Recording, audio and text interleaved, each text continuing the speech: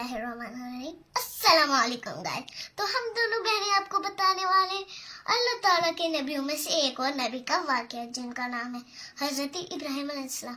तो चलिए स्टार्ट करते हैं। पहले मैं आपको ये बता दूं, वो हज़रत इब्राहिम अलैहिस्सलाम बेबीलोन में पैदा हुए, लेकिन एक दुख की बात थी, वो बुत परस्त के घर में पैदा हुए थे।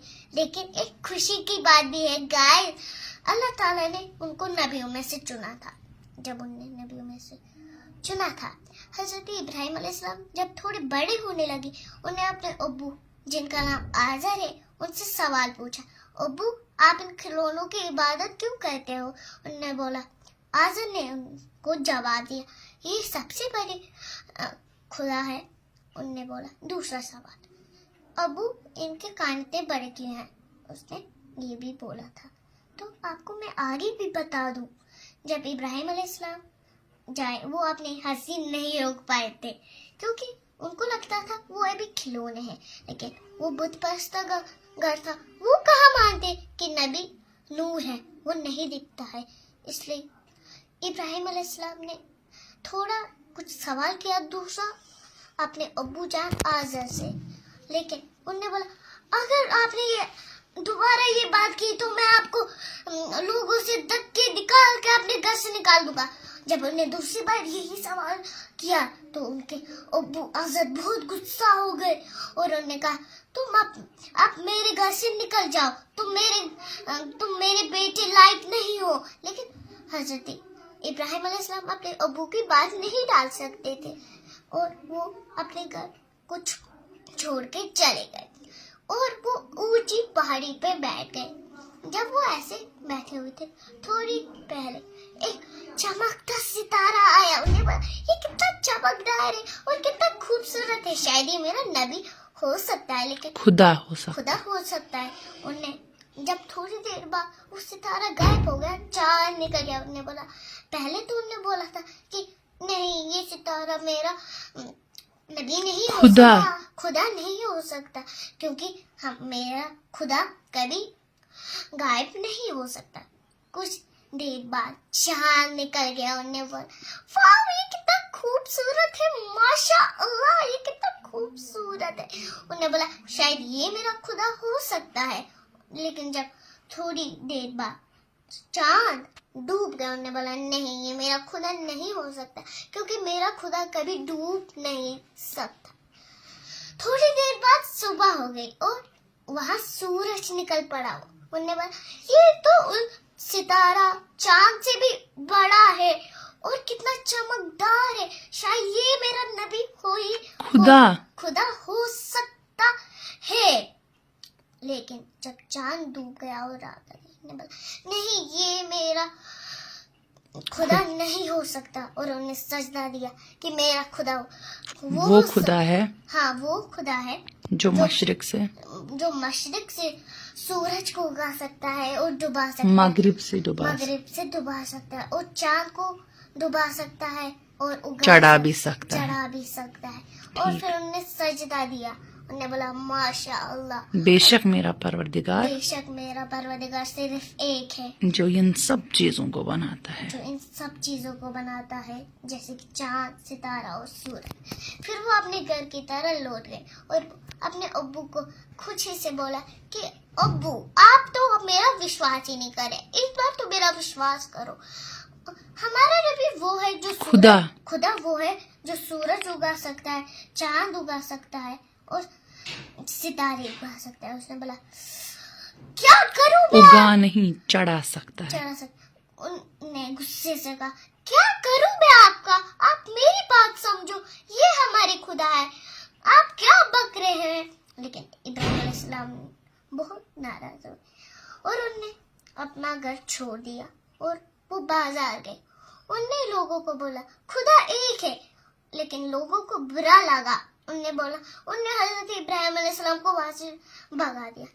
रात को मेला लग गया और हजरत इब्राहिम अलैहिस्सलाम ने सोचा कि हाँ, शायद सारे लोग मेले में गए होंगे।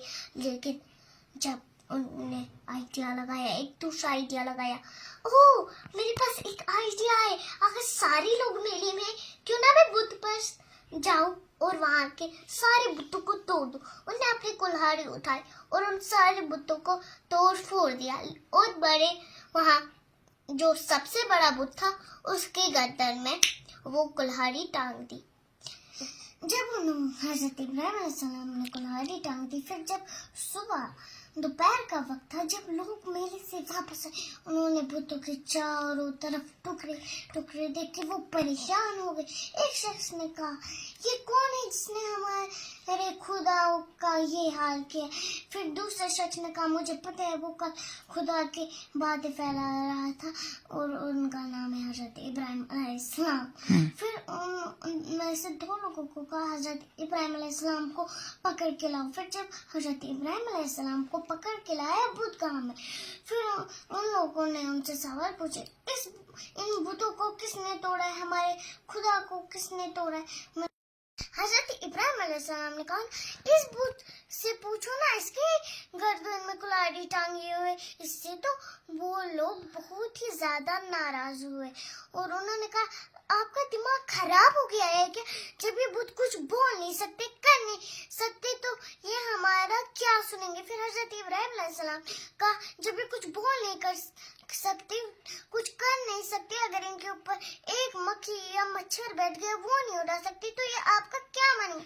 थोड़े लोगों को एहसास हुआ हजरत इब्राहिम अलैहिस्सलाम ठीक कह रहे हैं. फिर वो वहाँ से चले, लेकिन कुछ लोग अभी भी मगर कुछ लोग अभी भी उनसे बहुत नाराज थे. उन्होंने हजरत इब्राहिम अलैहिस्सलाम को बादशाह के पास ले लिया. उस समय का बादशाह था नमरूद बादशाह.